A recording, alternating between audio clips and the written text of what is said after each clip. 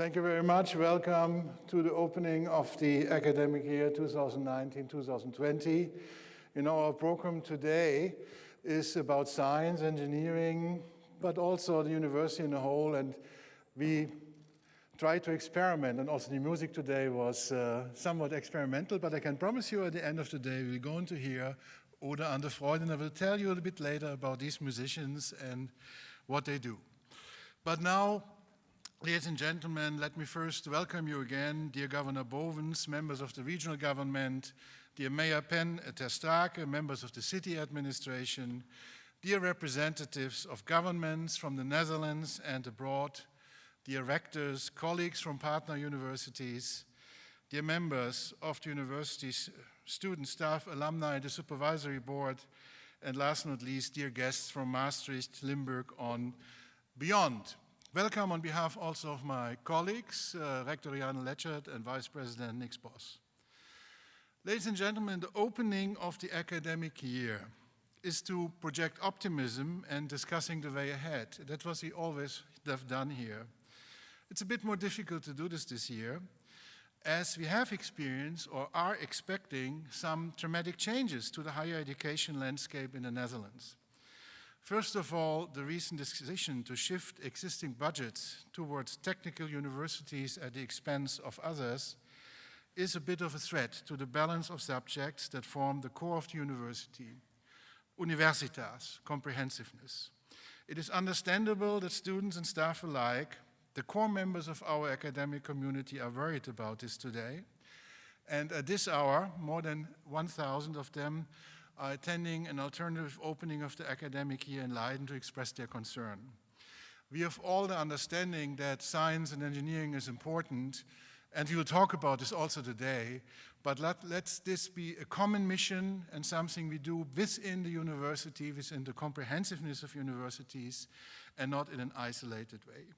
In any way, we share the worries of students and staff, and I think we must together find a solution against one-sided budget shifts, or the famous Sigaar uit eigen doos, as we say in Dutch, that is really a threat to the basic understanding and the basic philosophy of universities.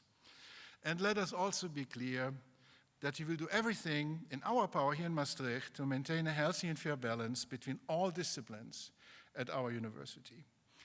There's yet another development that worries us. Rumors has it that the Netherlands will put restrictions on internationalization of universities, going against the trend of many other countries that are considering the international profile of universities as a societal need. A societal need because the influx of the skills of international talent is deemed essential for economic wealth and societal health.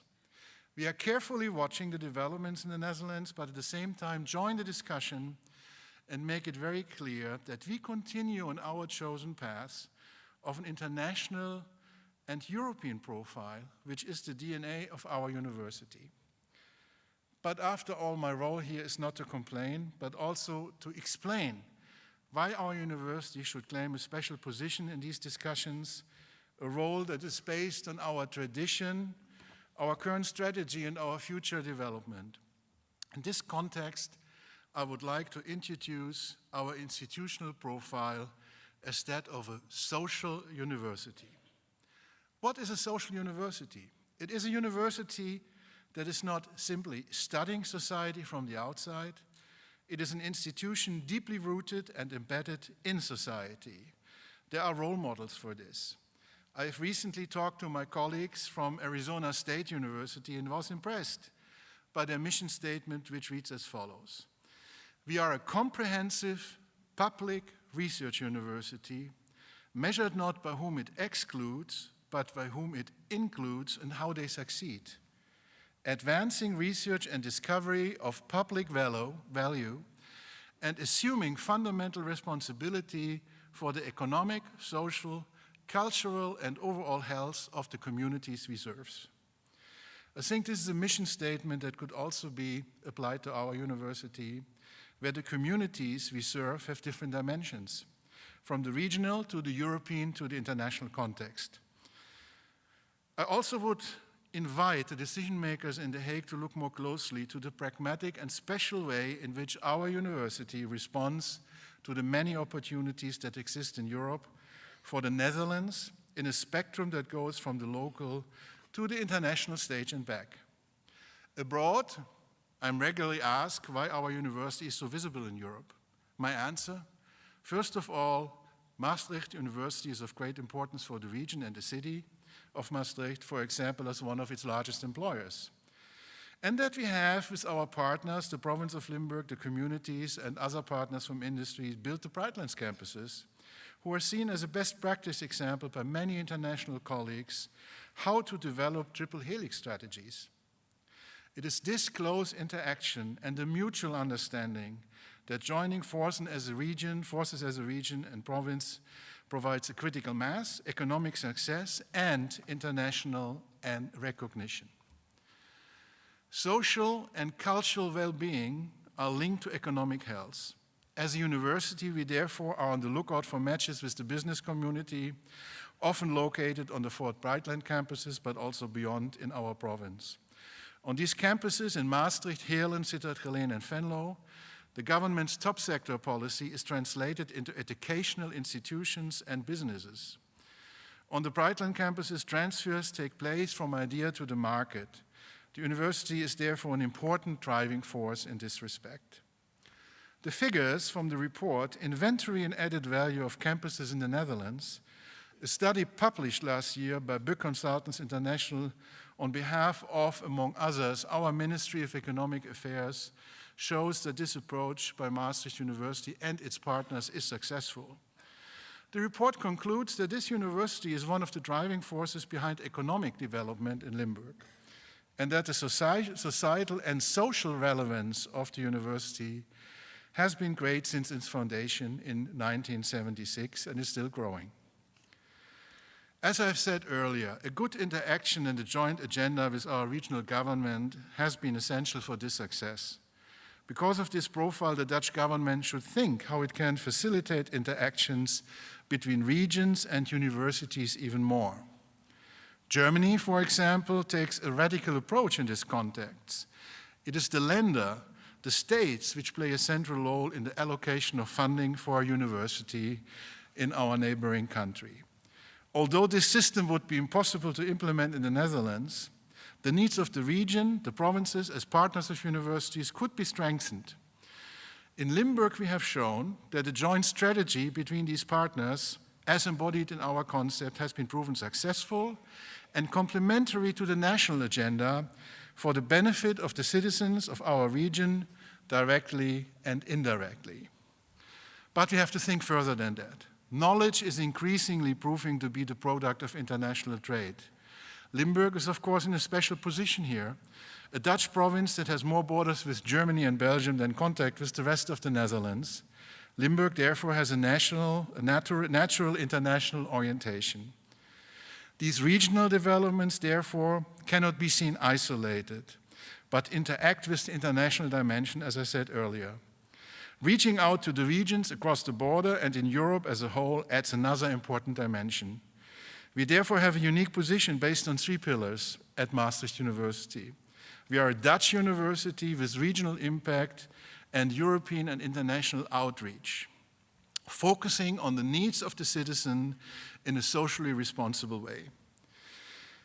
Internationalization, ladies and gentlemen, offers opportunities in many areas. It forms citizens of the world who find a career in a labor market that is becoming increasingly international.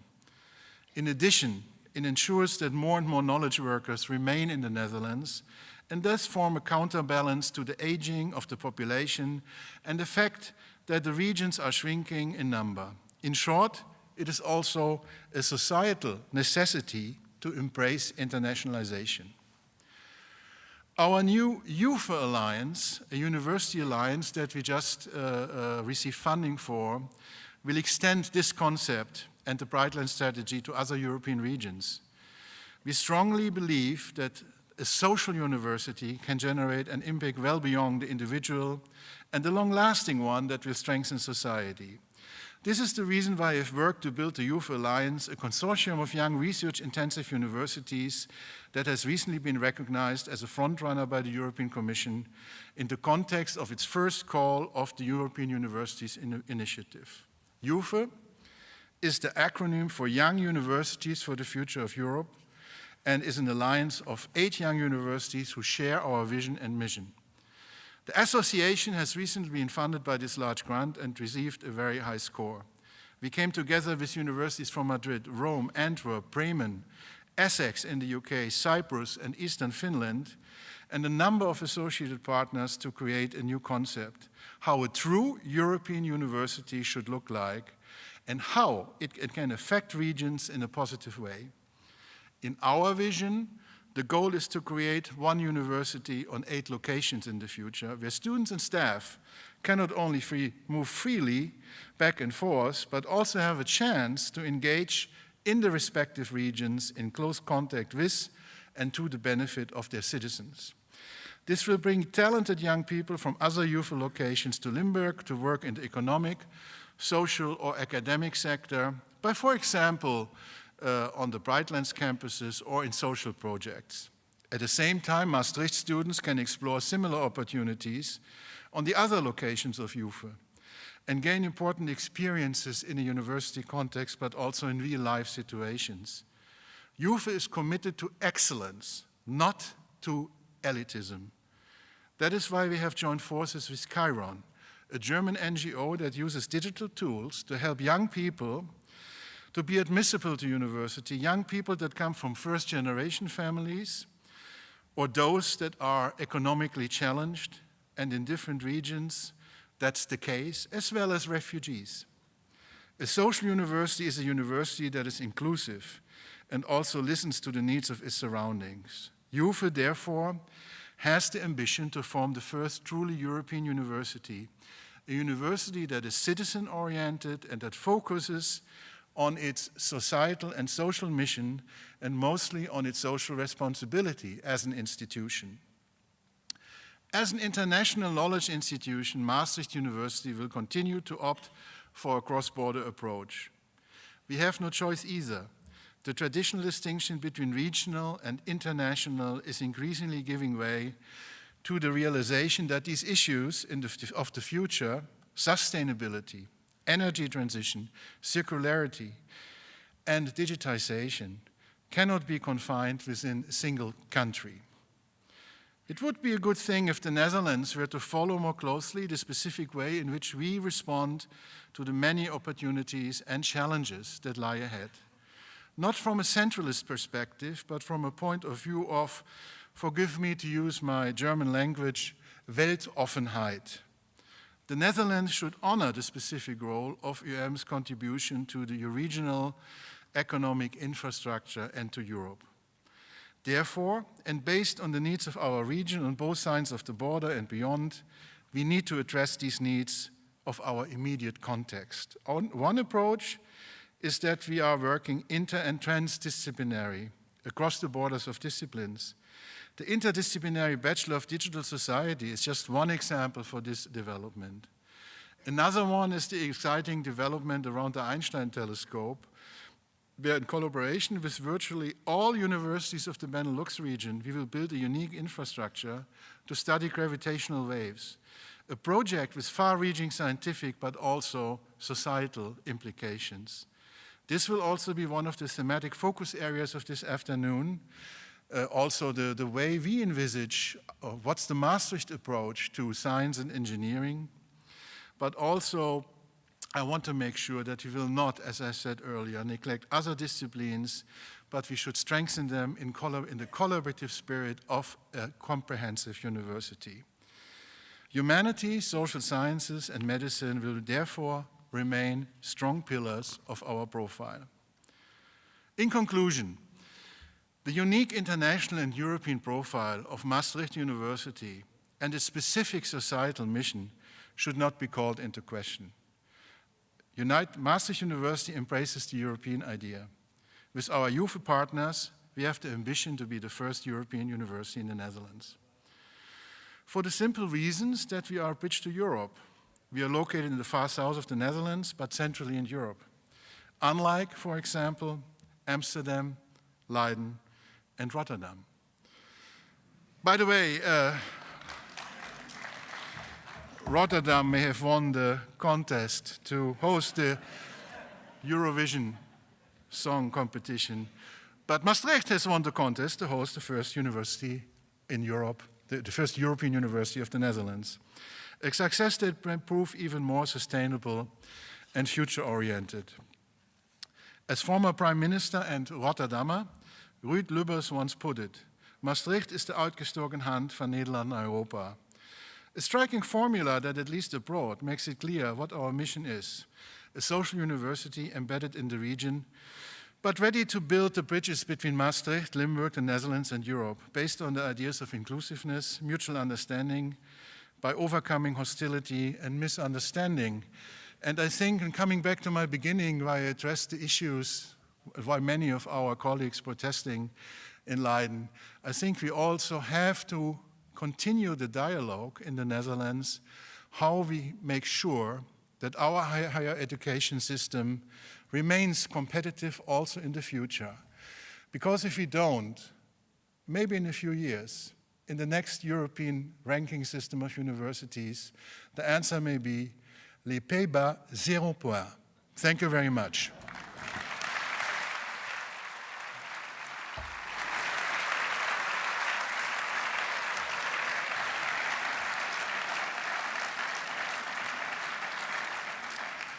Thank you. And now we go into our program. We have a lot of different highlights. And the first one I would like to announce a speaker, also which proves a good link to our yearly morning programs. As you know, in the morning of the academic years, it has become a tradition that we let ourselves inspire by students, staff from our university bring out new ideas. And last year we had this wonderful morning program looking at action research, particularly in the context of the many challenges of university and sustainable development goals.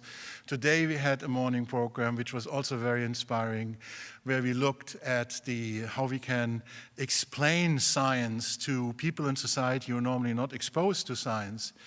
And just to show you that this is not an exercise that we do for the fun of it, we really try to follow up on these activities and make them sustainable within the university. And to show you a bit of that, also reflecting on the success of what we did last year, I would now like to introduce the winner of last year's morning program competition on action research, Dr. Marieke Hopman.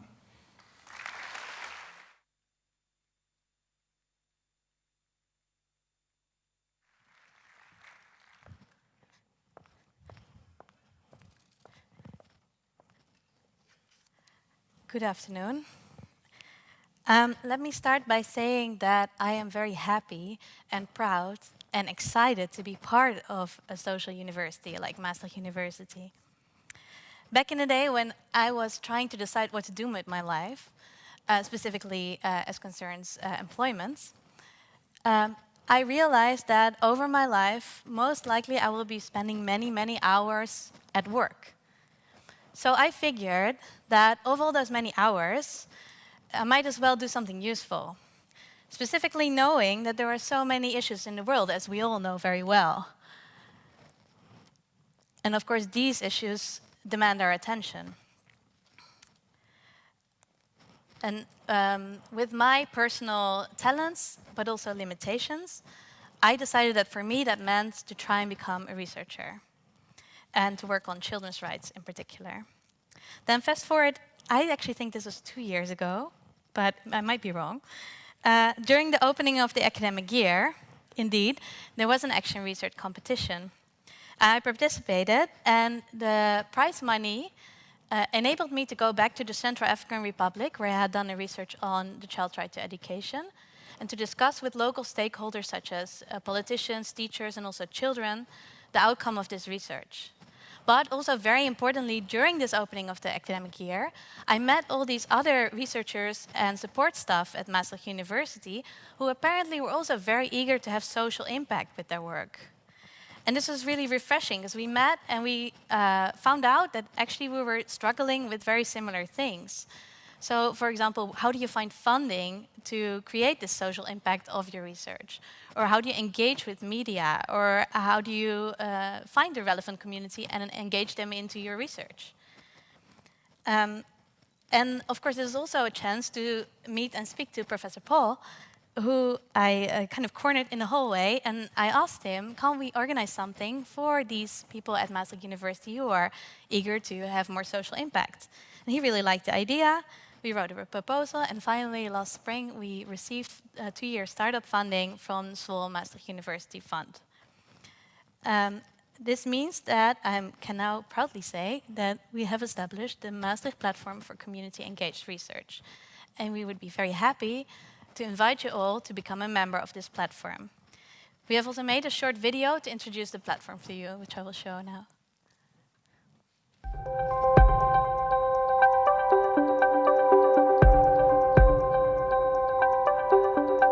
Community-engaged research means having conversations with people. Science, communication, and society. Community-engaged research means knowledge that benefits the public. Collective intelligence. Community-engaged research means involvement with society. Impact on people's lives. Community-engaged research means collaboration. For me, it means creating an impact with society. Co-creation. It is about the partnership with the stakeholders.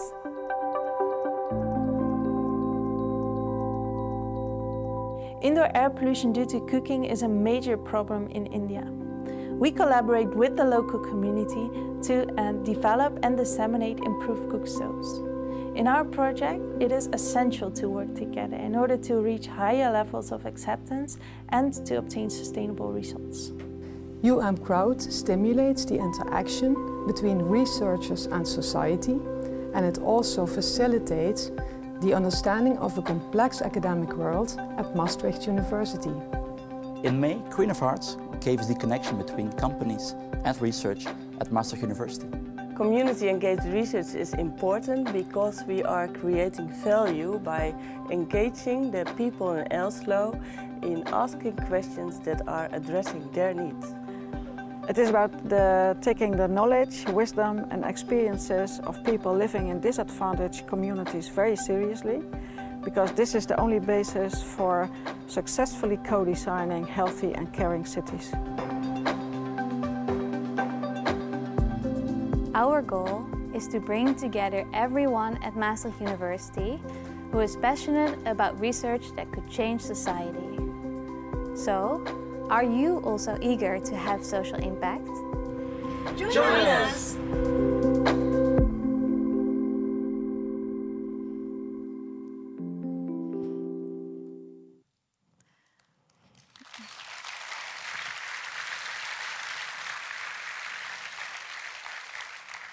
Thank you. So the last thing I have to say to you is to invite you to the official launch of the Maastricht Platform for Community Engaged Research, which will take place on the 3rd of October in the Lumière Theatre. And you can sign up by either clicking the link in the Maastricht University newsletter or on the link on the internet, or you can send us an email at mpcer@maastrichtuniversity.nl. Thank you very much.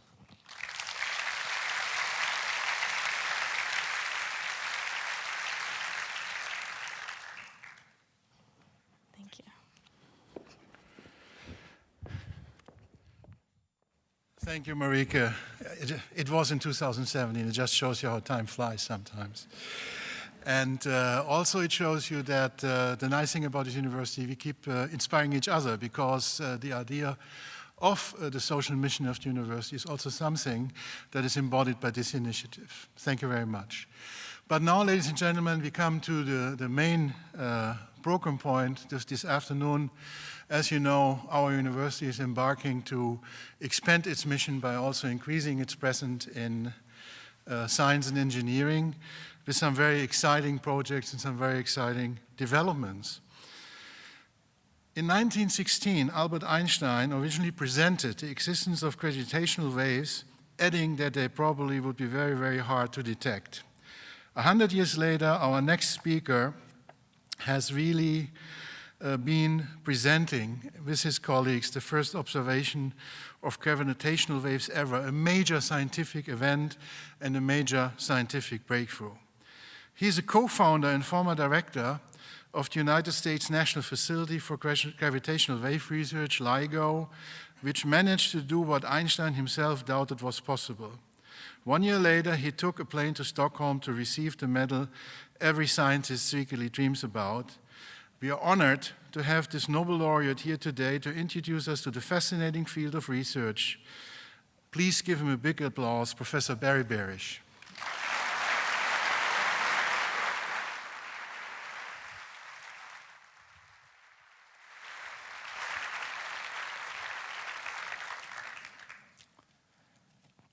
Good afternoon.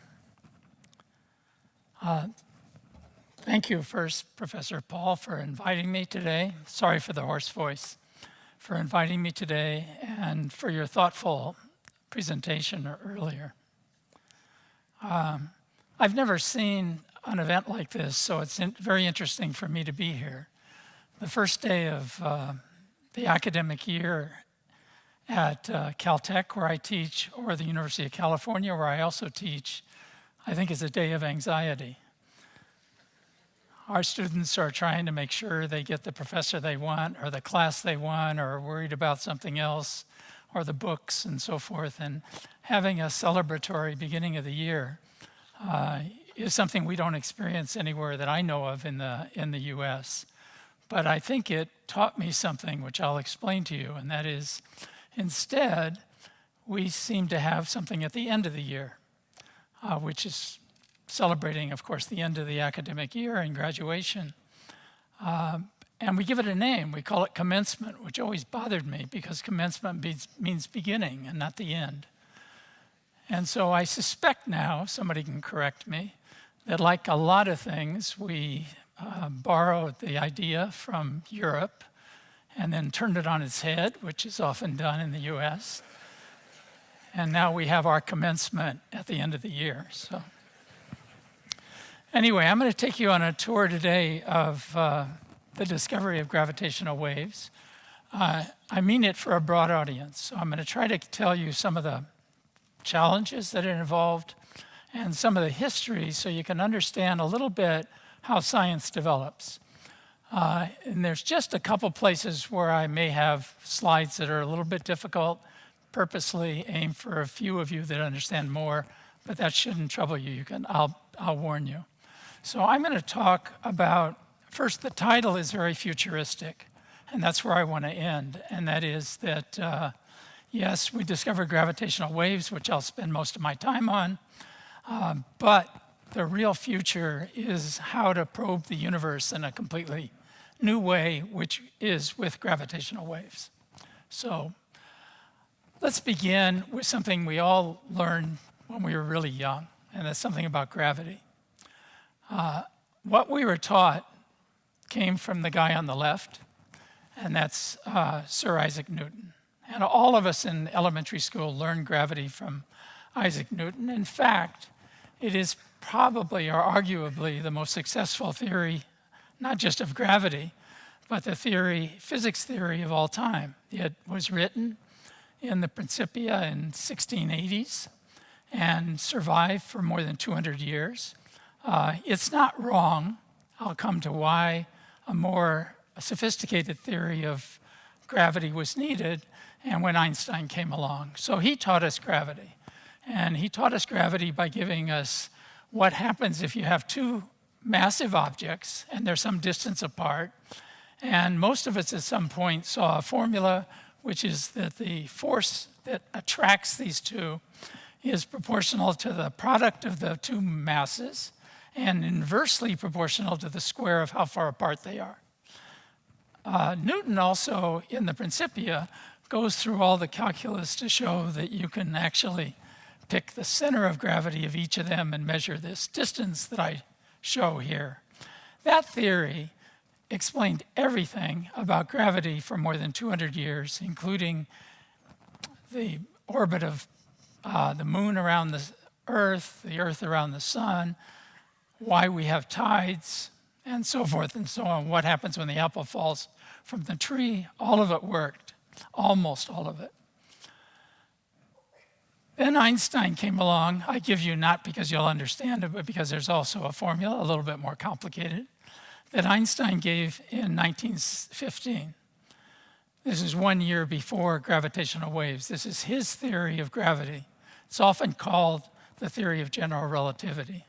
He developed it after he had developed the theory of relativity, and you might wonder why.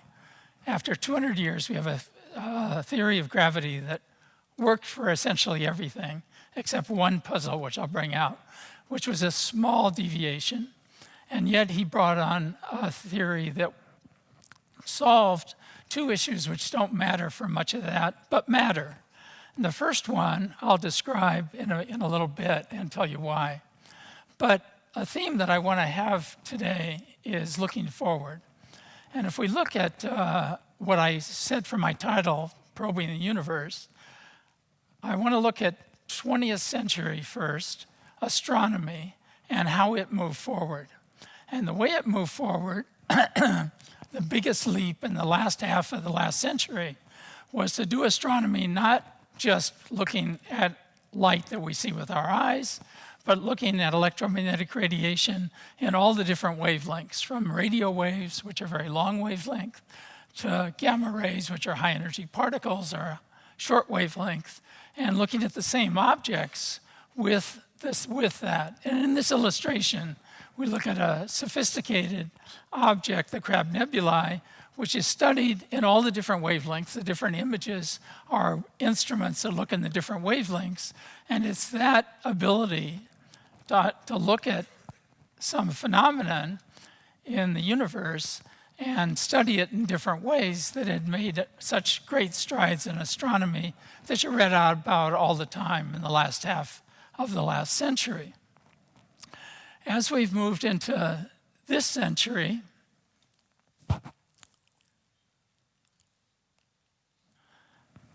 there's another addition that's been made in astronomy, which I'll use as the analogy first, and it is the ability to combine instruments.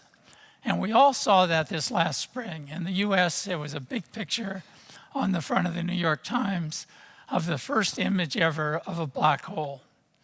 That was something that's happened after many years, but a very big advance in how we do science, and that is to combine the information from instruments around the world. There were 6 radio telescopes in different parts of the world, not made to be used together, but through a lot of hard work and creative ideas, they were able to be brought together to make one instrument that was more or less the size of the Earth instead of the size of these instruments, and that enabled them to image a black hole. So astronomy has developed, and it's my analogy, as we've learned how to not just do what Galileo did, look through a telescope and look at optical light, but get advanced instruments, which helped us, and then learned how to bring them together. And the same theme is going to apply in gravitational waves, as I'll show. So the next frontier in astronomy is what we call multi-messenger astronomy. And that's to combine astronomy, as I've just shown it, with other probes that'll give us even more information about anything that happens in the universe. In astronomy, we have all these different satellites or instruments on the Earth, and they look at all the different wavelengths, which I've illustrated before and here. Secondly, we have another way to look at the same objects, or some of the same objects, and that's with gravitational waves. This is photographs from the sky of the 2 gravitational wave instruments that we have in the US, LIGO. One in the state of Louisiana and one in the state of Washington. I'll talk about them in a little bit. The third probe that one could use to study the universe, so this is the ultimate way to do it, is to also use particles that are emitted from any object in the universe. And you need one that'll go straight. The only other one that'll follow the path of going straight from where it was emitted, other than the photon, which is light, which we're already studying, is neutrinos. So there's a big effort to also detect neutrinos from any object in the sky.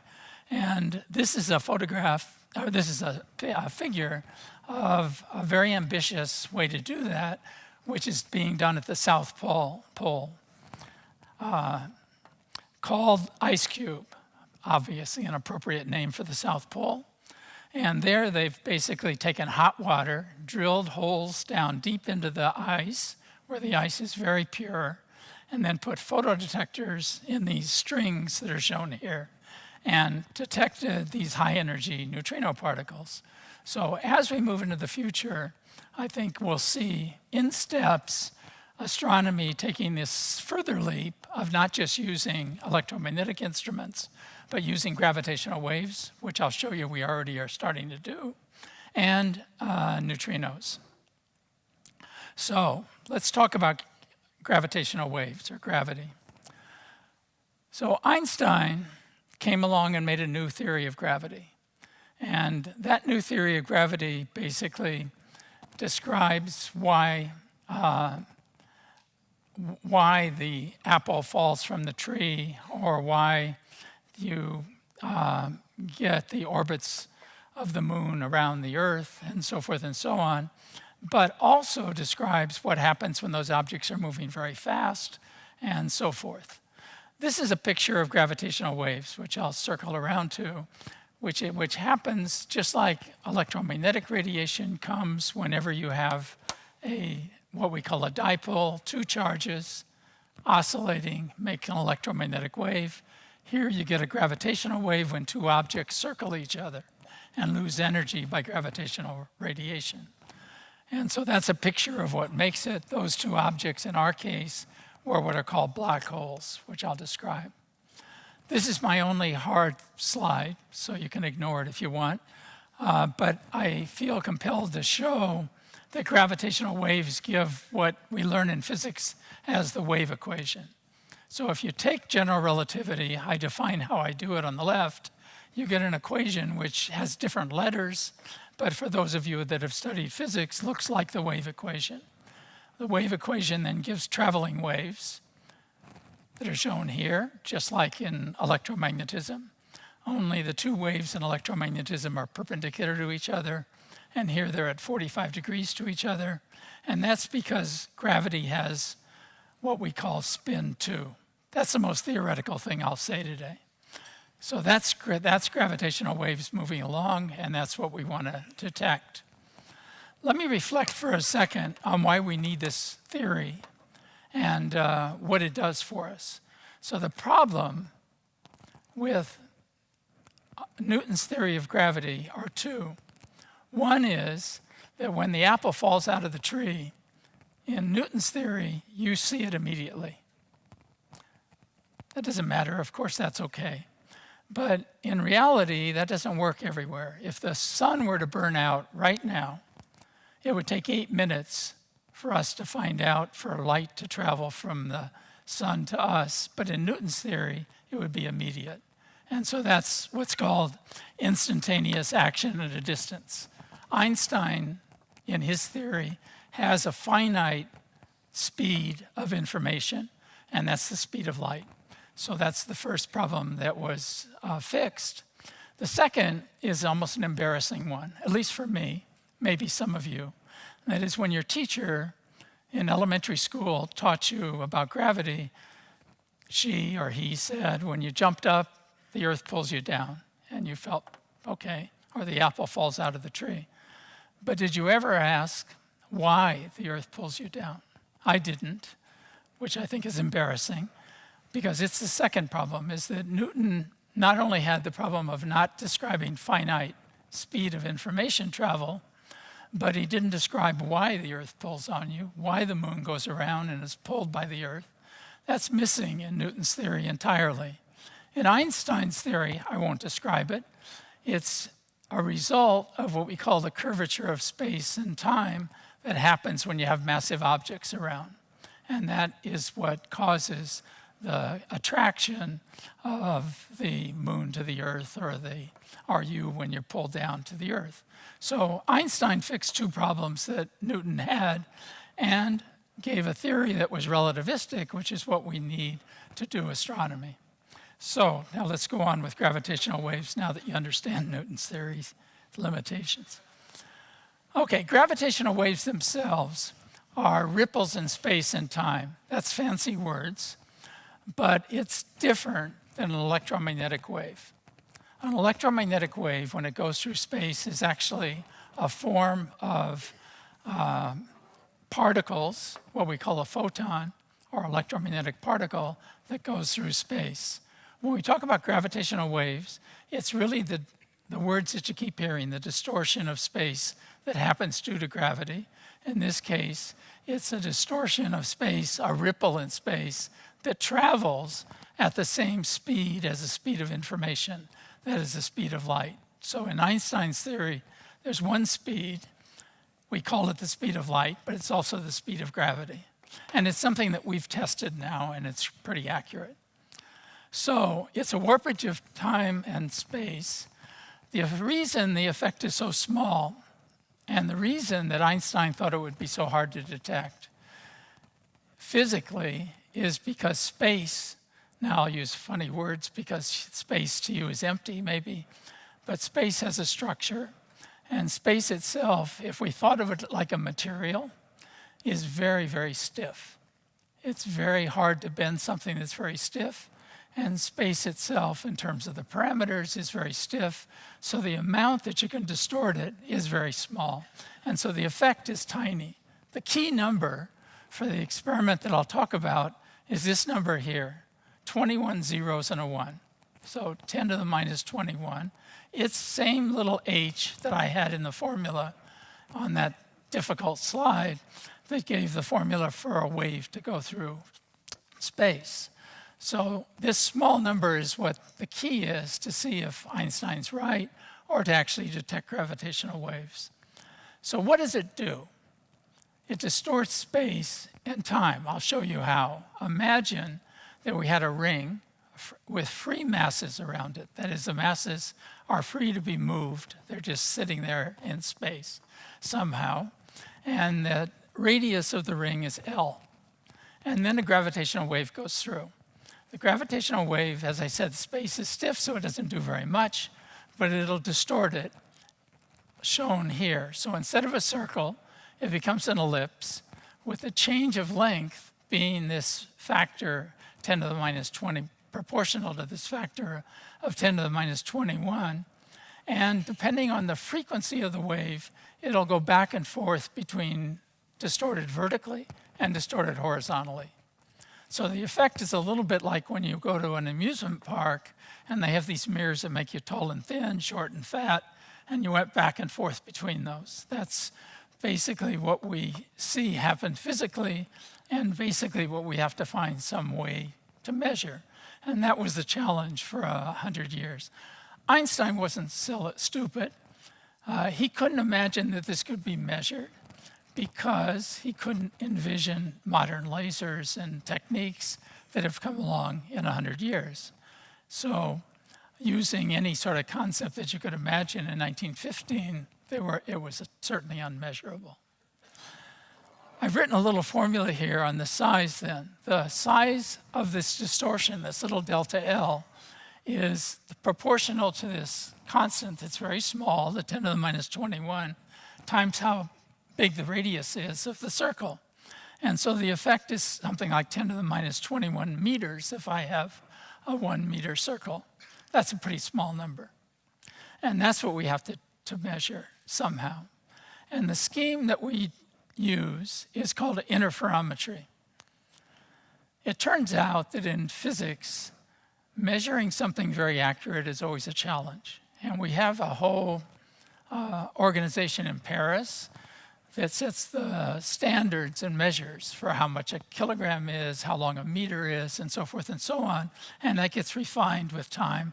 And it's very difficult to measure the absolute size of anything, whether it's the weight of a kilogram or the length of a meter stick.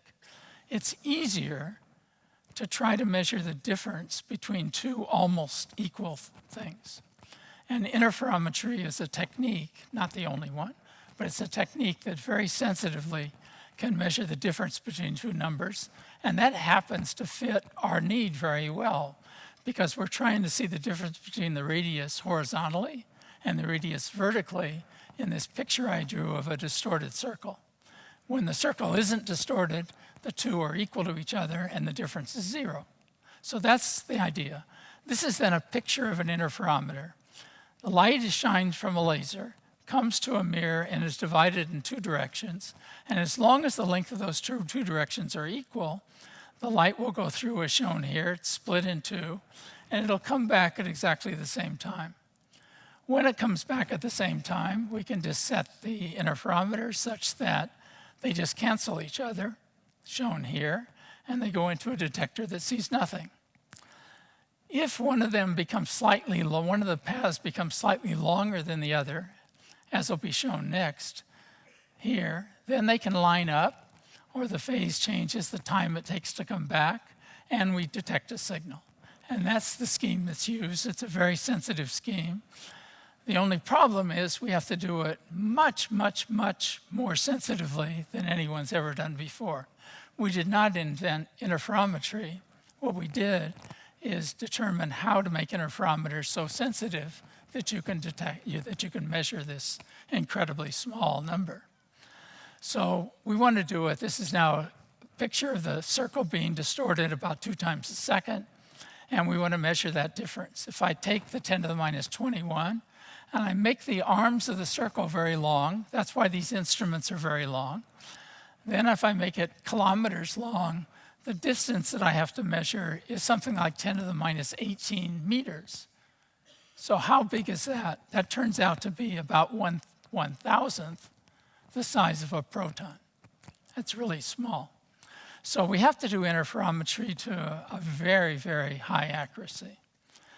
It turns out then that we figured we could do that in about the 1990s, using interferometry if we were careful enough, use enough tricks to be able to measure things well enough to do that.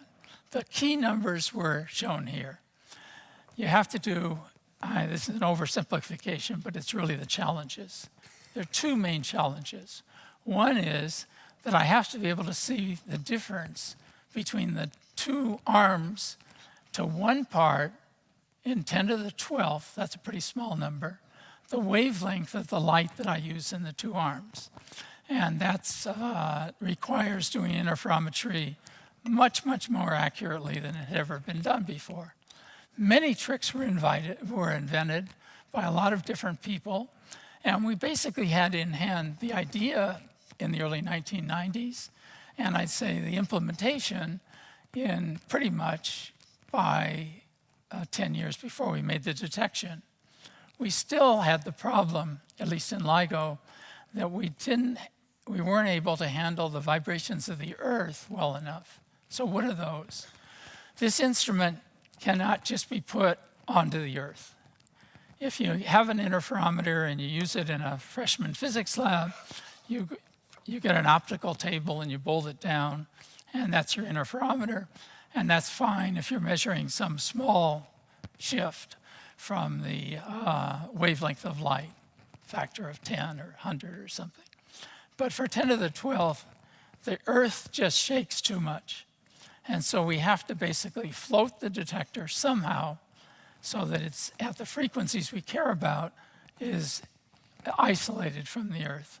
And that factor is about a factor of 10 to the 12th also.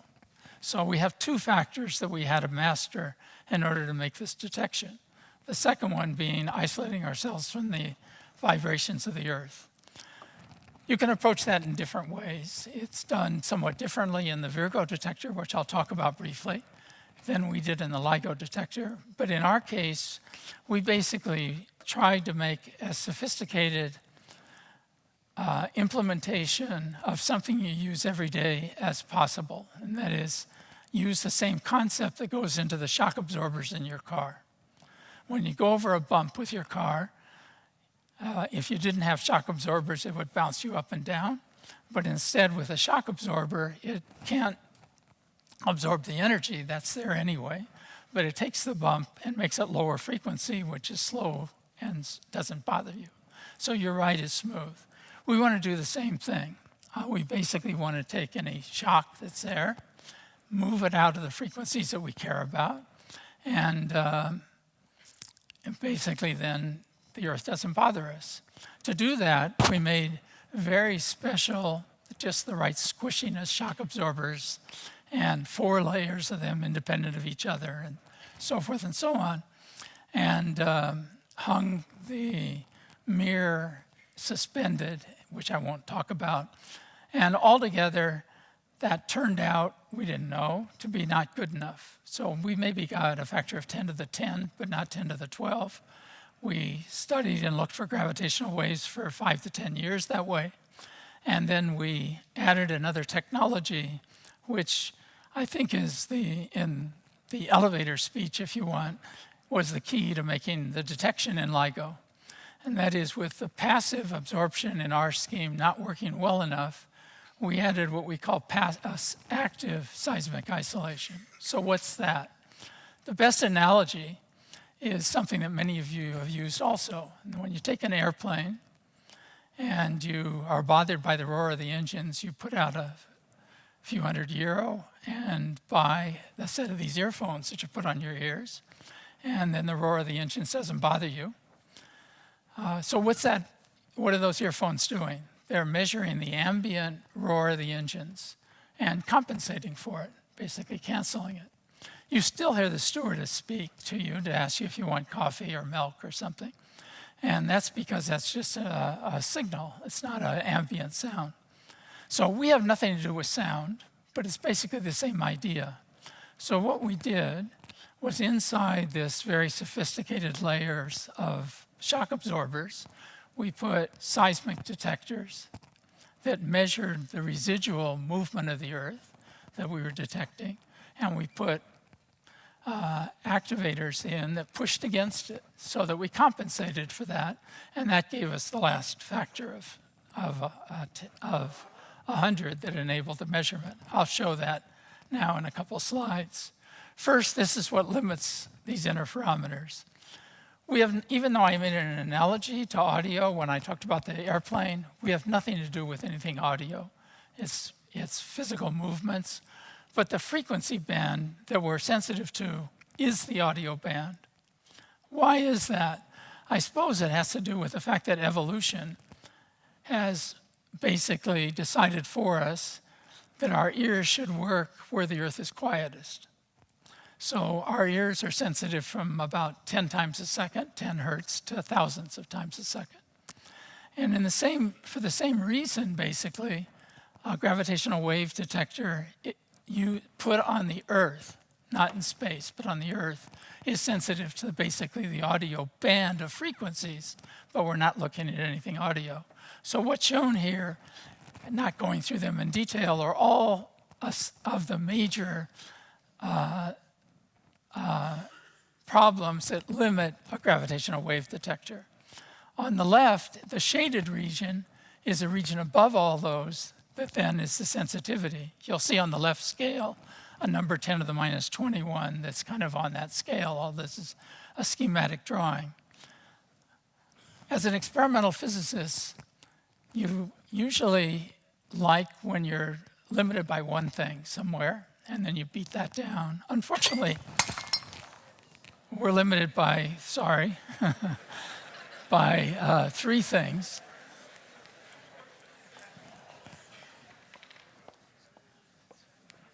That was to wake you up if you're on the left is the shaking of the Earth, and you'll see it's very, very steep. It actually falls like frequency to the 4th power. On the right side is what we call shot noise, or a number of photons you have, and that's the same way that your ears are limited. They're limited by this, how much signal you can sample in shorter and shorter times. And in the middle, we're limited by what we call thermal noise. It's the fact for us that we work at room temperature. In future detectors, especially the one that's being contemplated here, the idea is to go to low temperature, where that number will get much smaller. So the shaded region is where we're sensitive, and it's basically the frequencies in the audio band. This is a history of our detector, LIGO. from about the time we turned it on in the early 2000s for the next 5 years or so.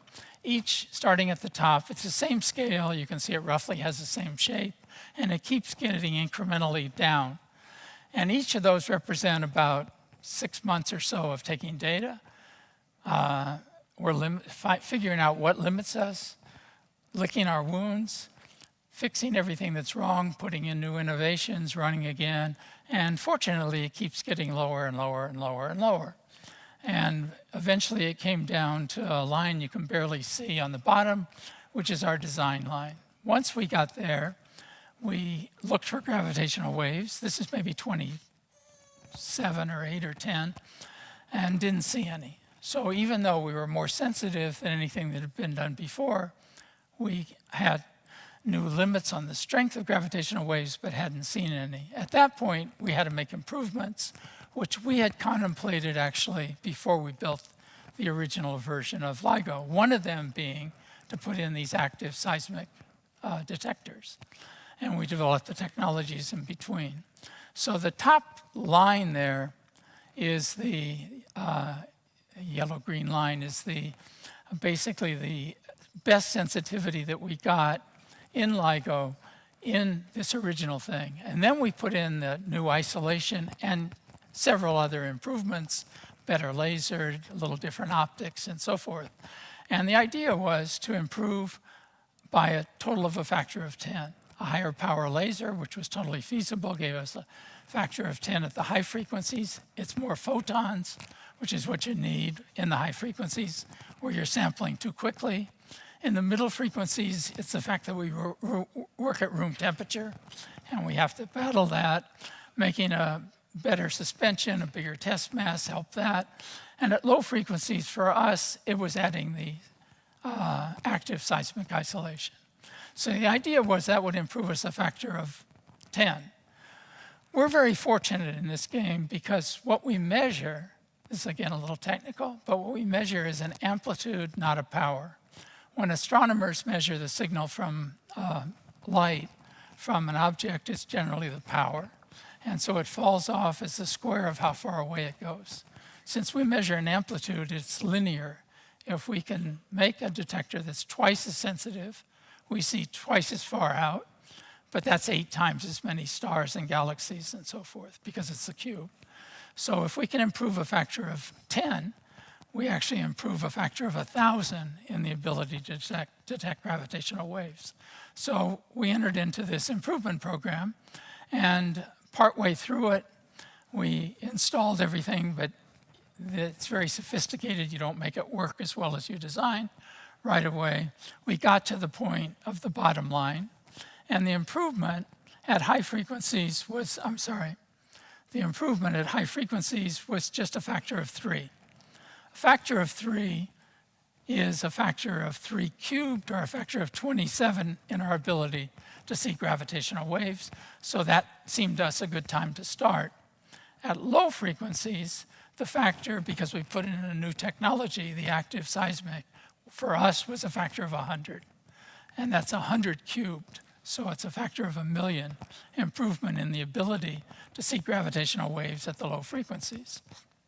That turned out to be the key for us, and it's the answer to a question I've been asked many times, which is how could we run for years with the original detector, see nothing, and then within the first week detect gravitational waves with the improved detector, and it's this huge factor at low frequencies. So we turned on the new detector, and within a week we saw this signal. What's shown here is on the scale on the left is the 10 to the minus 21, the sensitivity you need. So the signal is about that size. The scale on the right is time, and the total scale is about 0.2 of 1 second. The 2 on the top are the 2 different LIGO detectors. I showed you 2, one in the state of Washington, one in the state of Louisiana, and they saw this increasing wiggly signal. We call it a chirp signal. It gets narrower and taller, and then eventually stops. What that comes from is the in-spiral of these 2 objects that get faster and stronger and make this signal. What to notice is the top one and the second one look essentially identical. That's the first signal, that two detectors that are halfway across, 2/3 of the way across the US at exactly the same time saw this signal and it looked identical. So nothing that happens on the Earth is going to give identical signals at detectors that far apart. They're put on top of each other in the bottom slide, and you can see that you can, except for the little bit of color, you can't see very much difference. The little jagginess you see is because this is the limit of what we're able to do. It's got a little bit of noise, which shows the experimental ability. This is the only experiment I've ever done in my life where you didn't have to do any data analysis, which we usually do with big computers and blah, blah, blah, and we do that in LIGO, to actually see a signal. So this was an astounding thing for a scientist to see this. For me, at 7 in the morning when I got up for breakfast. We detected it at 5 in the morning in Louisiana, which was 2 in the morning, 3 in the morning in California, so I was asleep. In the morning, this existed, and we saw the signal. And then we spent a lot of time trying to understand whether it was real or not. This shows the same two signals on the top, and the second line across is the calculation of what happens if these came from two heavy black holes merging into each other and colliding. And you'll see that they look very similar. One's calculated using fancy large computers and numerical relativity, and the one on the top is the experimental one. As an experimentalist, the way you immediately check your data is to subtract one from the other. And the third frame shows the subtraction. And all you see is just the jaggly curve, jaggly up and down, which is just the noise signal with no particular structure in it, which is the limit of our detection ability. So that's the actual signal. This signal, as it shows on the left, was on the front page of the New York Times and so forth. And then I walked down Madison Avenue at one point in New York, the fancy place where the fancy stores were. I turned my head and looked into a store, and there's our signal on a dress. So I knocked on the door, but this place was so exclusive that you just couldn't get in without an appointment. And no one was there. So when I got back to California, I got the number and I called them, and there was some dress designer that picked this as a way to make dresses, and to make a thing that had been familiar because it was on all the newspapers as a design on dresses. So maybe it has some artistic scan too. Then she made one for us that was made into neckties that we wore in Sweden when we went. So that was kind of nice. Anyway, so what comes next? We detect these signals, and we want to compare them somehow with what astronomers see. We're looking at the sky now with gravity instead of with radio waves or optical or infrared or whatever's done in astronomy, like I started at the beginning of the talk. It turns out that black holes aren't supposed to give any sort of signal for optical, so we didn't have to worry too much. Nobody reported seeing anything, but we had the same problem. We want to know whether any instrument sees any signal in different wavelengths or different frequencies in the optical band. Somehow they can give us more insight into anything we're looking at. So we developed out of this the idea of doing a quick analysis that would be sent to astronomers for them to look and see if they see the same thing. After working for 2 years on taking data, improving it more, we've reported to the world 10 examples of black holes, and now we basically have some idea of their characteristics. We're trying to understand where they come from. For example, they apparently, if we analyze that, I didn't show you, weigh about 30 times the mass of our sun. Each of them, the combined final product is about 60 times the mass of our sun. Astronomers didn't expect such heavy black holes. Black holes come from a star, when it burns up all its fuel, collapsing because gravity that's in it causes it to collapse. But there aren't supposed to be stars that are heavy enough to make such heavy black holes. So where did they come from? That's a puzzle we're trying to work on now, and there's different concepts for where they might have come from. They might have come from some region of the universe where there's not anything heavier than, say, hydrogen and helium to make them break apart, and they're stable, heavier. Or maybe a part of the universe where there's lots of black holes, a dense part of the universe, where they eat each other up and build up into a heavy one.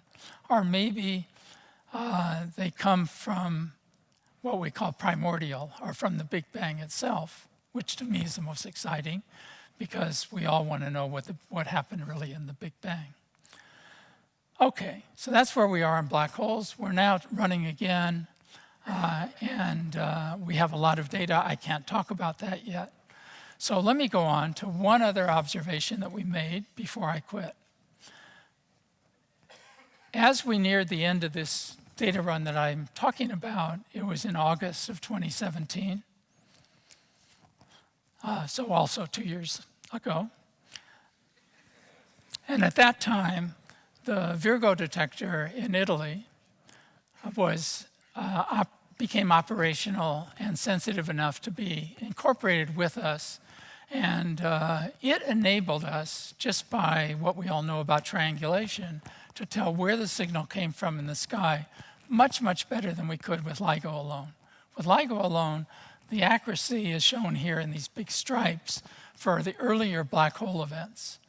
Then when Virgo came, the little one down in the bottom is the accuracy we got. That enables us, if we can do that, to tell astronomers where to look, not just that we saw something in the sky, and that's what they need. So basically, we had that. Luckily, and no signals have ever been reported on those black holes from astronomers. But that happened just in time to see another signal, which actually was due to something quite different. And when we saw it merge, it wasn't just 0.2 of a second like the first event I showed you, but many, many seconds, 100 seconds, something like that. And so we knew it was something different. That has been analyzed to what are called neutron stars, 2 neutron stars colliding. That's different than black holes. It's nuclear matter. If it's neutron stars, nuclear matter does give light, so you should see something also in electromagnetic detectors. We were lucky, not only that Virgo turned on just exactly then, but one satellite happened to be looking in that direction for photons in the sky at that moment, and they saw a signal in the same space. So that enabled us with confidence to tell the whole optical community that we saw something in gravitational waves. This satellite saw something in electromagnetic gamma rays, and essentially half the astronomical facilities in the world turned and pointed at some point to looking at this and analyzing it. And it's the biggest campaign in astronomy, I think, ever. And out of that came a description of this collision of 2 neutron stars, which matched, I don't know if it's exactly right because we have only one event, matched a theoretical or phenomenological explanation by a physicist at Columbia University called a kilonova. A supernova is the collapse of a star. This is called a kilonova, and it describes all the nuclear physics and what happens afterwards. And so we're looking forward to talking about more neutron stars as time develops. But as one example of an output of this, I'll explain one thing that's more general. So we're interested in all the nuclear physics in these extreme conditions, and we'll study that in the future. What's maybe more interesting to this audience is that we learned something about nature that's been a puzzle forever for physicists. And that is, in the Earth, we have heavy elements. We have, for example, gold, platinum, uranium, whatever.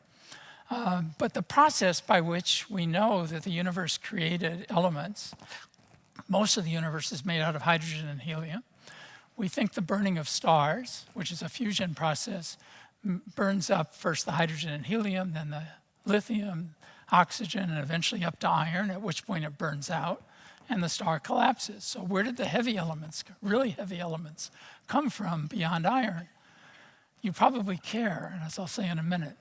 The idea then, because physicists always have to explain something even if it's wrong, is that the nuclear physicists made up a special process by which in the collapse of a star, when it burns up its fuel, it would have an enhanced production of very heavy particles, none of this proven anywhere, called an R process. And basically that was the only explanation until this observation. And in this observation, what we learned is that if you take this kilonova model, it's a very effective source for making heavy elements. We all know that we look at the periodic table and all those very heavy elements are there. They're there because we know how to produce them in the lab. They're produced by a lot of neutrons hitting a heavy element and making a heavier one. And then we get another entry into the periodic table. Well, what is more like that lab experiment than two stars made out of neutrons colliding with each other? So we learned that, for example, the majority probably, we can't tell for sure because we only have one event, of your favorite heavy elements like platinum and gold that you wear on your fingers actually came from a previous incarnation of a collision of two neutron stars, a new piece of knowledge. And in fact, it's very efficient at making this. The neutron star is a factory that neutron star collision made about 100 Earth masses of gold in one collision. So in previous ones, that's probably, or we think that's probably now the best answer or explanation for how we got the material on Earth to make your gold ring. Let me end by giving you a glimpse of the future, and Stefan will give a talk after me that'll talk a little bit more specifically. The first thing is we're going to have detectors, not just LIGO and Virgo, but detectors several places in the world. This is going to give us the ability, if you look in the lower right, which indicates by the size of the little markers, how accurately we can tell where something comes from. So by the mid-2020s, it doesn't matter what and where something comes in, we're going to be able to tell where it comes from, and presumably alert astronomers and let them study it. Secondly, we know how to look at other wavelengths like the astronomers have. The best way to do that is to go into space and make an interferometer in space. This is a picture of an interferometer in space that's supposed to go up about early 2030s, called LISA, made of 3 different satellites, shining the beams back and forth between those and measuring any distortion in the time by the passage of gravitational waves. That covers a very different frequency band. So what I've shown here is frequency like we did for electromagnetic, and to the far right is LIGO or Virgo. In the middle is the space experiment, so it gives you something very different. And to the left is yet another technique, which is called pulsar timing. So eventually, with gravitational waves, we'll cover all the frequency range, just like in electromagnetic range. Also, we know how to make what we have here much better. The key words for a physicist like myself is we're not limited by nature. So we did as hard as it is to do what we did, it's not limited by nature itself. It's limited by our own ability to make something technically better. And that we know various ways to make it better. For example, one key problem that I mentioned is that we work at room temperature. So bringing it to low temperature will make it better. Putting it deep underground, which is the idea here, will make the noise of the shaking of the earth much less. A different configuration is a technical question of how you can cover this frequency range best and singly with one detector. Cryogenic means low temperatures, and you can adjust it so it's optimized at lower frequencies or higher frequencies. So this is the next, what we like to call generation of making better detectors. We, as I say, are limited by the imagination and the implementation of physicists, not by nature in making the next generation detectors. And we'll hear more about that in a while. What does that do for you, just to end? It enables, if I just take the example of black holes that I just talked about, to lower the sensitivity from the 10 to the minus 21 that I was at before by 1 or 2 orders of magnitude. With these black holes, that'll enable us to see the ones that originated not just a tenth of the distance to the edge of the universe that we did now, but all the way to the edge of the universe. So what does that mean? It means we detect the ones that were made earliest or nearer the Big Bang, or do what we like to call cosmology.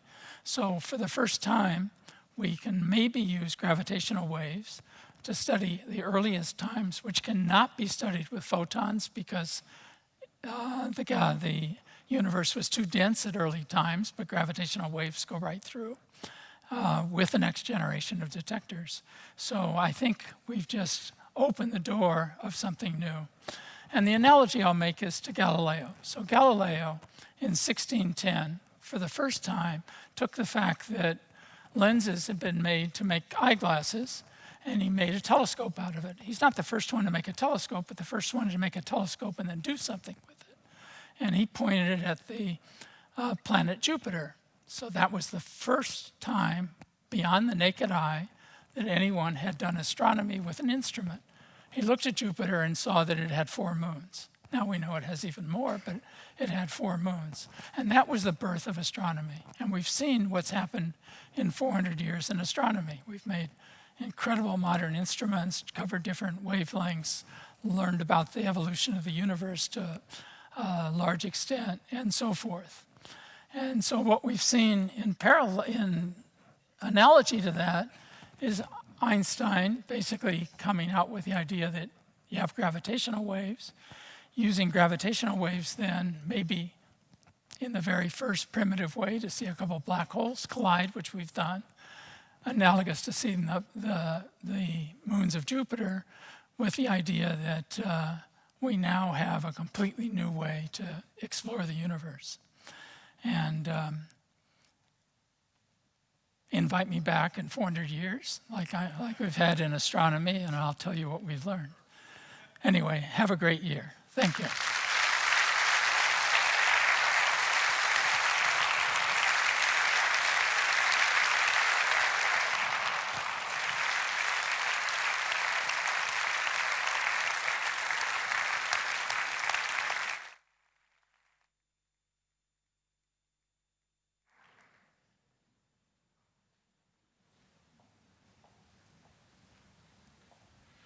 Thank you, Dr. Barish, for sharing this exciting history and story of gravitational wave research with us. Also for this crash course in theoretical physics. The exam will be tomorrow at 9. Please be back. Anyway, I think you know every year we have also a musical interlude at this opening, and over the last 9 years we went through pretty much all musical styles there are. So this year we try something, as I said, experimental, and it is in alignment with our theme, I would say, from gravitational waves to sound waves. It's a musical style that's called computer jazz, to be precise. These 4 musicians are alumni and master students from the Maastricht Conservatorium, and this new jazz is inspired by artificial intelligence. Please welcome Hibaisha, Helen Svoboda, Andrew Saragossi, and Frederick Tings, that is going to entertain us now.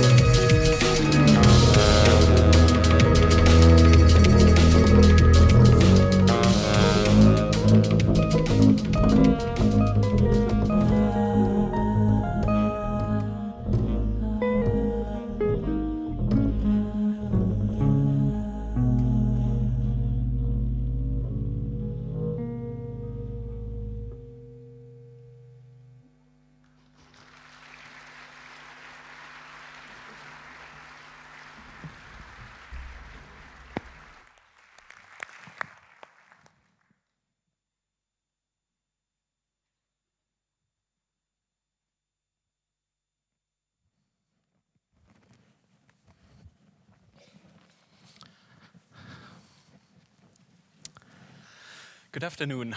Have you ever wondered what is the sound of the universe? What does the universe sound? This is something that in the gravitational wave business we have tried to find out over the last decades, and since a few years we are actually there to hear the first few notes of the symphony of the universe. And as Professor Barry said, really kind of looking back further out in the universe, but when you look further out, also you go back in history of the universe, like in a history book, to kind of turning the pages over until you actually reach, hopefully at some point, the Big Bang and really discover what happened there. What we will do over the next few years, or next decades, is to build up a new class of gravitational wave detectors that Barry already mentioned. And one of this will be the Einstein telescope. And I put here a picture on the left-hand side. You see the current detectors, LIGO, Virgo, and then on the right-hand side, there's the Einstein telescope. And I think it's quite obvious if you think about what's the difference between these two. The two most striking differences you see here are the geometry. You go from L-shaped gravitational wave detectors to triangles. And that really has to do with the fact that while the current detectors were built to show that gravitational waves really exist, now that we are confident and have heard the first ones and seen them, that we want to build observatories which are really optimized for seeing all different kinds of gravitational wave phenomena. And if you go for this triangular shape, you can cover the whole sky, and you eliminate a few blind spots that we have in the current detectors. The other striking feature is that these detectors will be underground. And you see here for the Einstein telescope, it's probably located about a few hundred meters down. And the question is, why do we do this? And the reason is, as everything in our business, is noise. So we make noise, small earthquake makes noise. And what you see here in the simulation is it's a square kilometer on the x and y axis. And on the y axis, you see the depths, and the color tells you where do you have what seismic excitation. And you see the nice thing about the seismic waves is they mainly stay at the surface. So by going further down into underground location, we make our environment more quiet, and actually the environment which pulls via gravity on our mirrors, pushes them around and creates fake gravitational wave signals, we can eliminate and get a better sensitivity, in particular for the bass, for the low tone signals, the low notes of our symphony. So why do we talk about this here at Maastricht? Obviously here, you might have heard about it, we are quite keen, and we think this is an ideal location for building the Einstein telescope. And this has to do, obviously, with the environment. We have the universities here, high-profile universities. We have lots of high technology industry here, institutions around here. But one of the other factors which we have explored over the last few years is the local geology. So what you have in the southern Limburg region is, and this we found out via studies where we were kind of actively shaking the ground and then looking with seismometers, also drilling down to confirm this. What we found is that in the Limburg region, you have a soft soil top layer of kind of 50 to 100 meters, and underneath you have hard rock. So what does it mean? The soft soil is kind of a lossy material. So if I shake, if I make noise at the top, then it's first of all absorbed quite heavily in the top layers. But then also if I have my instrument, the Einstein telescope, in the hard rock, my seismic waves come down and they get actually reflected off at the boundary from the soft soil to the hard rock. And that makes it an ideal location where even if you think about future-proofing, if you would increase the noise, would have more people, more mobility above here, then still we would hope we get a decent attenuation factor. And that's why we are so keen, actually, to put ET forward here at the Euregio. So we are not there yet with the Einstein telescope. We are working on roadmaps. It's on the European roadmap for astronomy and astroparticles. We want to get on the S3 roadmap this year, this European Research Infrastructure Roadmap. And then in 2022, I think there will be a decision on where to build the Einstein telescope. There are currently two candidates. One is in Sardinia, supported by an Italian consortium. And then we have the efforts here in the region led by the Netherlands, Belgium, and Germany, putting forward the Southern Limburg region. So there will be a little bit more patience required until we know where we actually build it.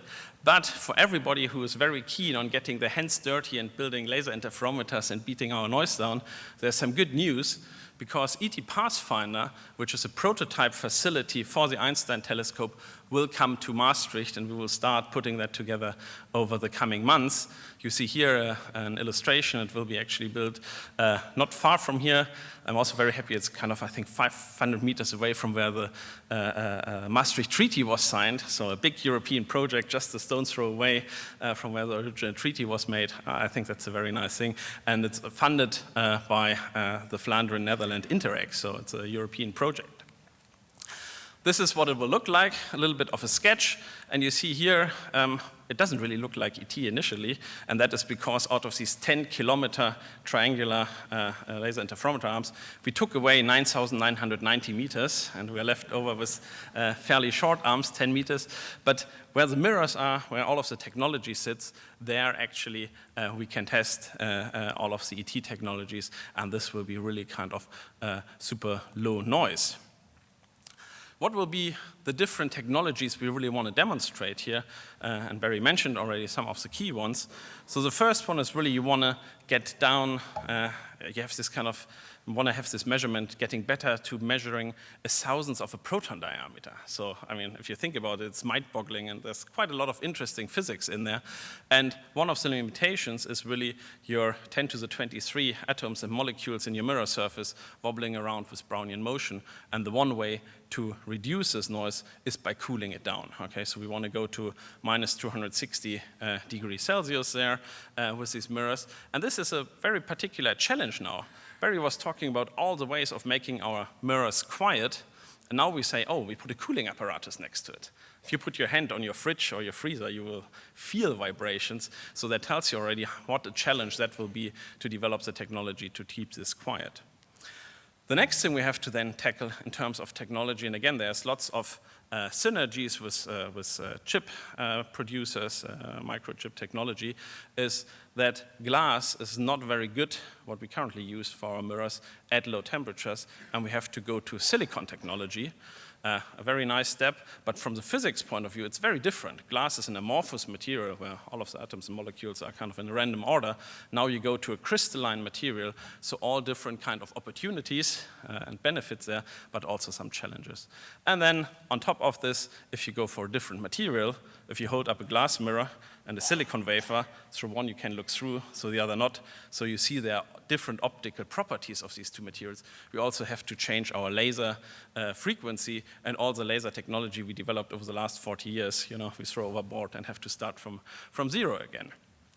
The fourth component of all of this will be that these detectors are currently so sensitive already that we are limited by our measurement ability itself. That's the so-called Heisenberg uncertainty. So quantum mechanics limits us on how accurately we can do this measurement, and there we have some interesting tricks that we want to test. And these four technologies are a huge program put together, and that will be a unique research facility we have here, and we are uniquely placed to do this research and combine these four different technologies to see how we get the improvement of sensitivity for the Einstein telescope. All of this is obviously not done by a small group of people, but it's rather a large group of people.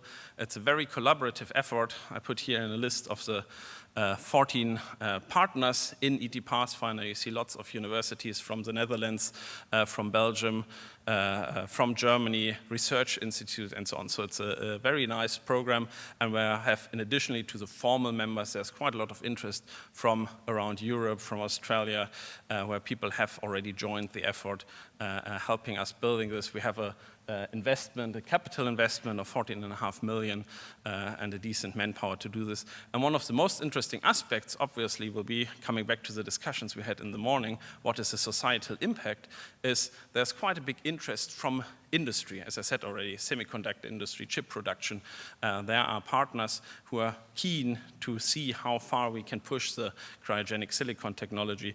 And we had last month in Antwerp the first meeting of our industrial advisory board, and there were about 80 members there, and also the Flemish science minister was kind of kicking this effort off. So this is what will happen right now. As I said, you don't need to be patient until 2022. You can sign up right now for helping us with all of this. And I hope what we will do here is really kind of establish Maastricht University and our partner NICEF as one of the world-leading entities in gravitational wave science, obviously continuing at the core the success story of gravitational wave discoveries, astrophysics, cosmology, and fundamental science in the core. But around this, obviously, we do the technology development, the engagement with industry. And then one thing that is, for me personally, quite important is it's obviously we're not doing this all for us, but we are enthusing, hopefully, some members of the public and then training the next generation of scientists who might do either fundamental research or build your next self-steering car or your next type of computer. So with that, I hope we all can together enjoy over the next decades to listen to the symphony of the universe. Thank you.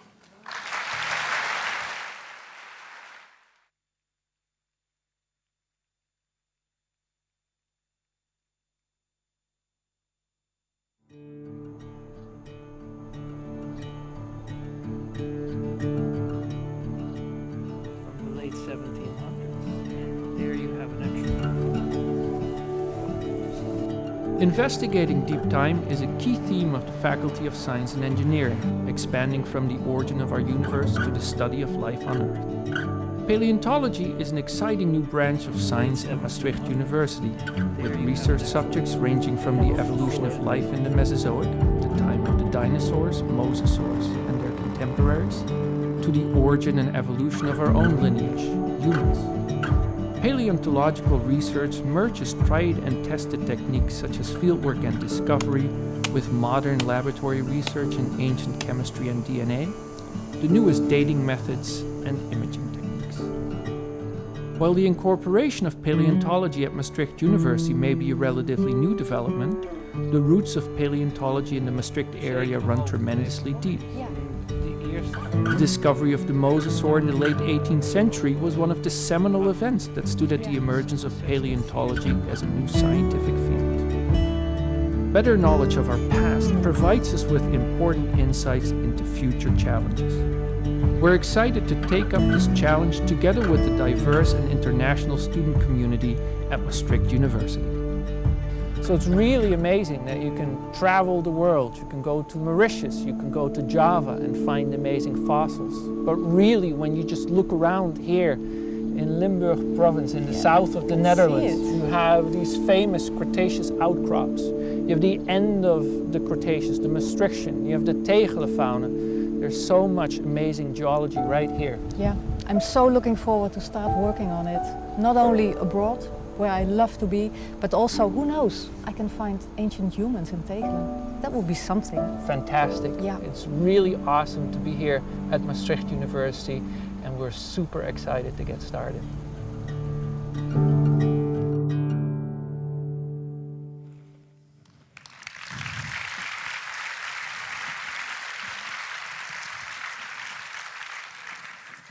So here we are, José, sitting in full academic robe, maybe new field gear. Very different. And what a journey this afternoon is. I mean, we've been traveling time across the broadest range. Big Bang, start of the universe, origin of life, and then now right here on this stage, opening of the academic year in the center of Maastricht.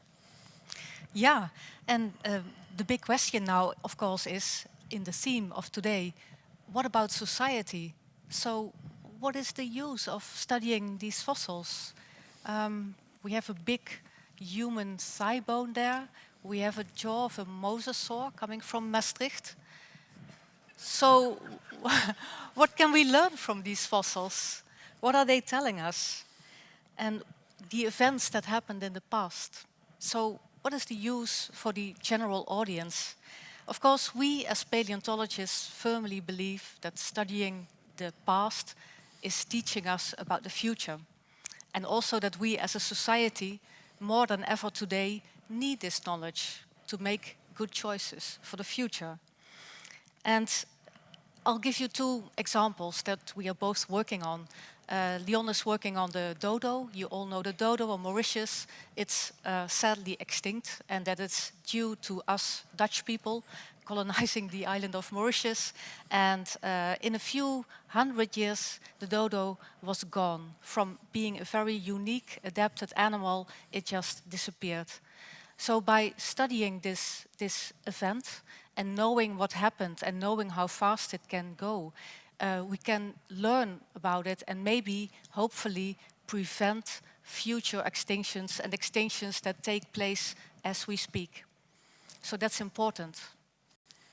And there's something more. I mean, I'm studying the past of our own species. And that seems maybe like a luxury, like, oh, so nice that we know where we're coming from. But I think it is important also for our own individual daily lives. Our health very much depends on knowing how our bodies evolved. Our mental health depends on knowing how our minds evolved. And also our society depends on how we lived together in the past. When we know more about this and when we truly understand our strengths but also our weaknesses, and for sure humans have many weaknesses, we can make better choices for us as individuals but also as society. Thank you.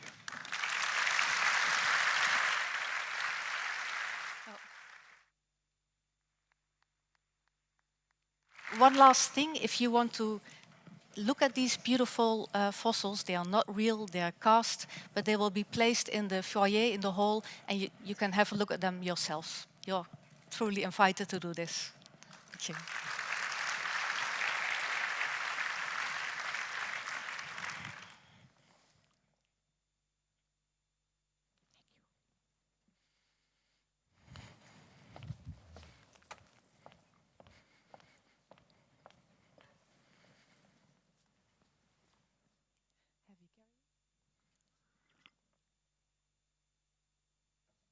Just giving them, yes, it's working. Some time to clear the stage again. First, Professor Hild, Professor Jordans, Professor Claessens. Thank you very much for giving a very short, though what I would say a fascinating insight in your field of work. I think there are many people in the audience that think, what a boring job do I have? Well, you have some luck, because you can, of course, still register for our Maastricht Science program. And I think we also allow people in an older generation. So please feel free to come and talk to them if you feel like changing your field of work completely, drastically. As the rector of Maastricht University, I always have the honor to reveal the winner of the 2019, not 17, Student Award.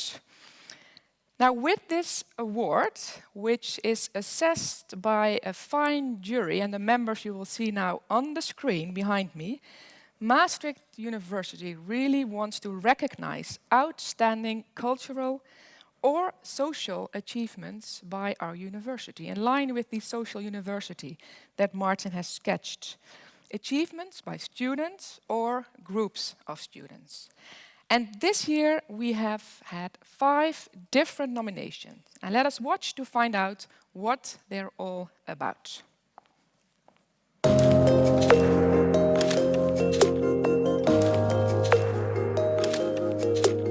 Project Arbor is all about the sustainable notebooks we make. We produce this at the social organization Athos.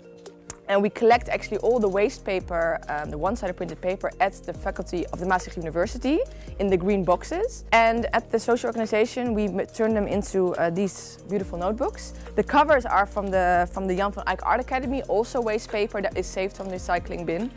And we sell them to businesses and actually students. We're implementing a circular system actually, if we're doing this, because we're collecting the paper waste from the students, we're turning them into these notebooks, and then providing companies, local companies and the students themselves back with their paper. So in the light of sustainability and really raising awareness for the topic, I think our notebooks are really symbol for that.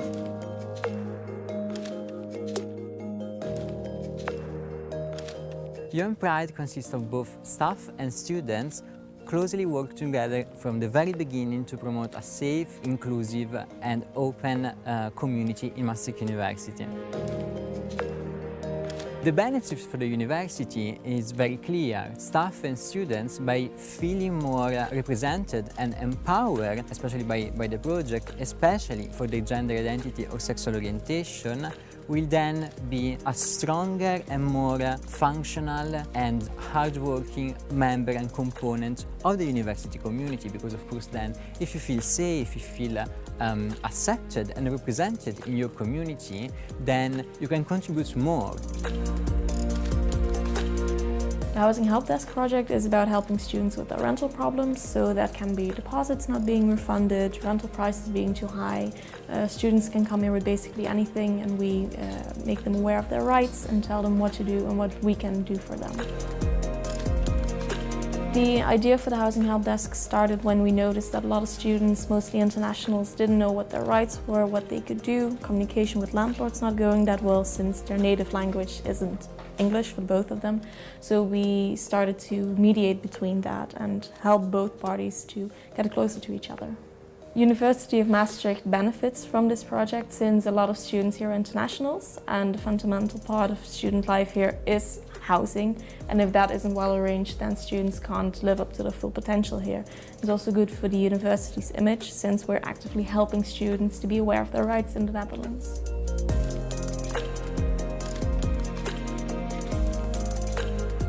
So the idea was to provide drinkable water to native communities in the rainforest. Those communities really do not have access to drinkable water, and so it has devastating consequences on their lives and their education as well. So all the students that helped me were part also of an exchange program that took place in Peru, and also university peers, and they came from all around the world. That was really interesting because there was a different cultural background that added up a lot to this project. You know, it added diversity and new ideas. So this year I did another project which was in Malawi, and there what we did was to empower local women in order for them to reach financial stability and self-development as well. So I spoke at several events, and the message that I wanted to convey was that it is possible for students from 16 to 22 years old to set aside their different political backgrounds, their different culture, their different religious beliefs, and just focus on one common objective, which is a good objective, a common goal.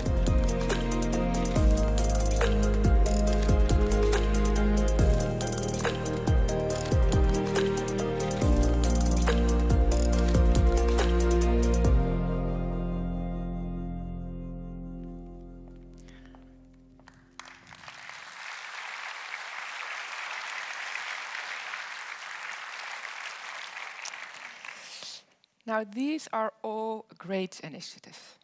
These are students that are not doing this because it's part of the curriculum. They do this outside regular school hours, university hours. They do this because they care, they believe in something, they have a passion, and they work hard to realize their passion.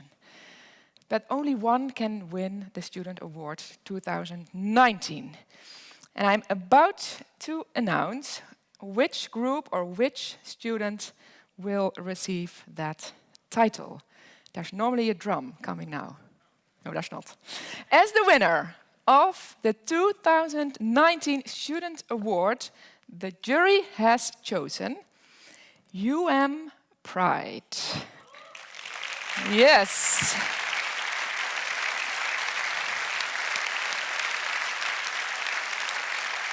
So may I ask David Moraro, Gina van Rossum, Kieran Kuipers and Nina van Zandvoort, please join me here on the stage.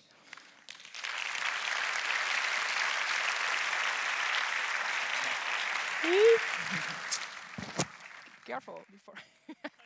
Oh, sorry. We do three in Holland. Still working? Or am I now? Yes, it is still working. Now, I'm going to explain to you why we believe that you really deserve this award. Now, to explain a little bit also to the audience, UN Pride is a platform for all lesbian, gay, bisexual, transgender, queer and allied students and staff members at our university. It offers a very safe and supportive space for a diverse community. It's a bottom-up initiative, as I said. They created it completely from their own passion. It's open to anyone at UM, irrespective of their gender identity, sexual orientation, nationality, age, position, or faculty. And what makes the initiative so special is that the students acting as bodies in UM Pride all want to enhance the mental health of those needing the help most, students and staff members that might struggle with LGTB issues. Now, UM Pride is also a great complement to the university's diversity and inclusivity policy, and was therefore also immediately embraced by ourselves. Being sponsored also by the UM, the initiative now has the chance to grow as a community, and also, and that is, I think, also very important, to build a sustainable network, also when you leave again, for future steps in your life. So congratulations on behalf of the entire UM community for getting this very prestigious award. And we will now present the certificates and flowers, but first a big applause for these 4 passionate students.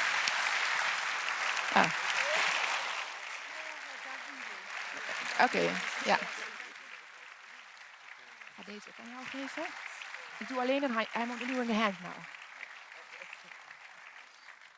Congratulations. And flowers, flowers, flowers. We have a lot to give. And that's 4 times, hè? Yeah, it's your name, hè? It's your name. You can. Gina. Here you are. Congratulations. Flowers. Okay. Yeah, this is only one, huh? So you need to fight who gets it, huh? Or you maybe do an annual rotation scheme. Nina. Congratulations, Nina. Here you are. Flowers for you. Thank you. You're welcome. Selection of flowers. Yeah. You like it? It's good, huh? Thank you. And Kieran, happy that you could make it. Thank you. Yeah, congratulations again. And then we do the traditional photo moment, and we really have to listen to this man, because otherwise he gets angry. That means that we have to stand here.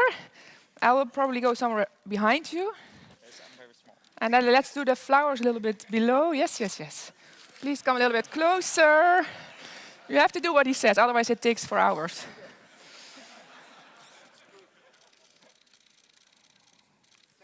Thank you. Thank you very much. Thank you, well done. You may go, yes.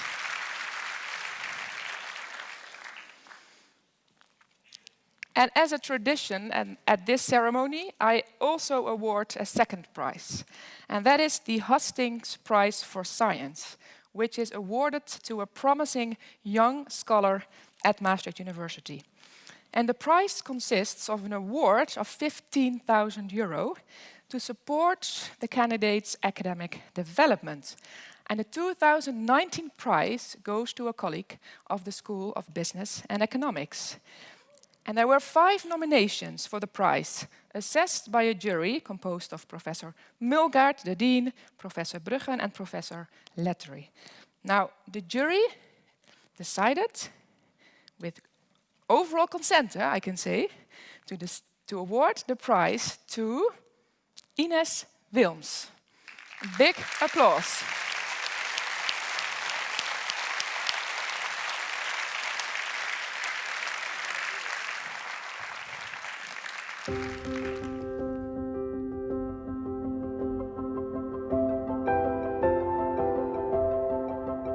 My my name is Ines Willems and I'm assistant professor at the Department of Quantitative Economics here at the School of Business and Economics of Maastricht University. My main research focus is to develop statistical methods to summarize information and extract patterns from large economic data in an interpretable way. In this information-driven society, large data are available everywhere. They provide many opportunities to improve economic decision-making. Payment transactions, for instance, are informative for private consumption. Road traffic data might be informative for trade developments. And in the next coming years, I aim to develop novel statistical learning methods to improve economic decision-making based on these large data sets.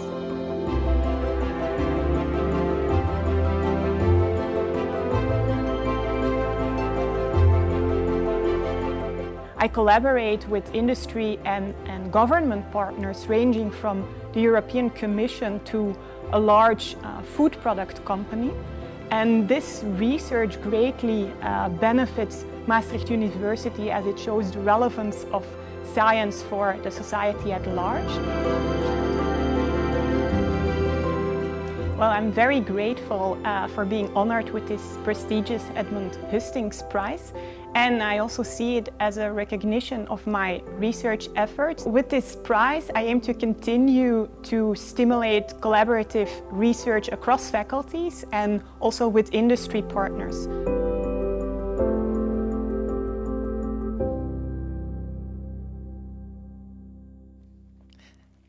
Okay.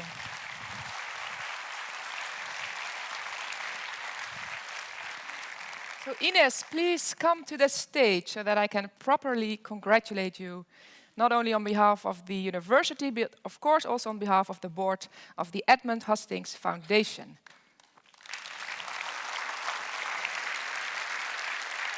Van harte gefeliciteerd. And it comes with a beautiful coin, and you need to show it to the photographer you asked me, so that he can make a beautiful picture, with also the certificate that goes with it, and of course for you as well, a beautiful bouquet of flowers. And then we do again the proper photo moment. I'm learning after 3 years. Oh, you want? He wants also the medal. Yes, yes, yes. I'll do the flowers.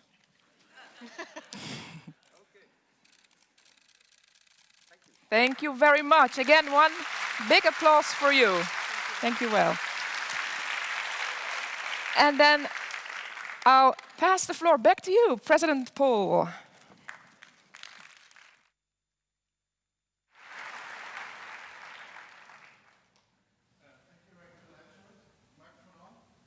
Hello, hello. Yes.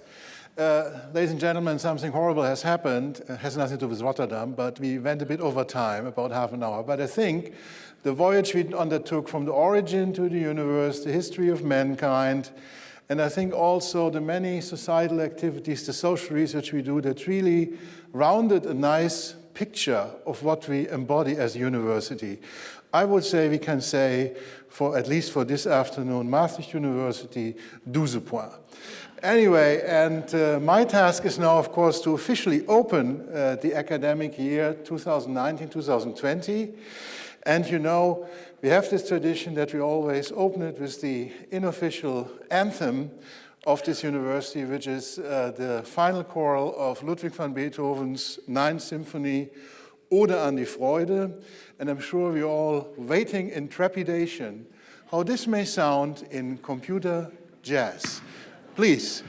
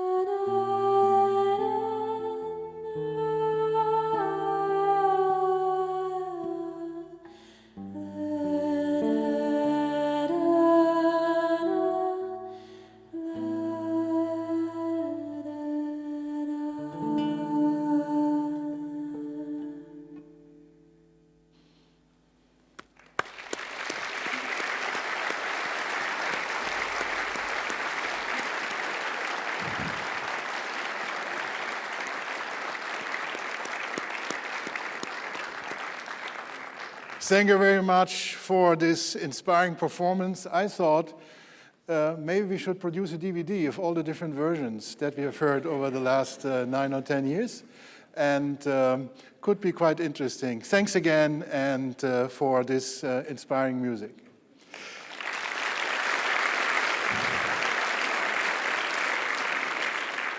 Ladies and gentlemen, this concludes our session this afternoon. We would like to invite you to the reception in the foyers of the theater. Please stay in your seats for a moment to give the cortege the chance to lead out of the room, which will then be followed by the attendees in the first row, our guests, and then, of course, you all may follow through the both exits or 4 exits of this room. Thanks very much, and all I can say, we hope that it will be a good year, despite the developments in the country that we watch and will comment on and try to do our best to cope with them. But let's not forget our spirit in this university that's very much alive, as we have seen today. Thank you for coming, and please, cortege, lead the way.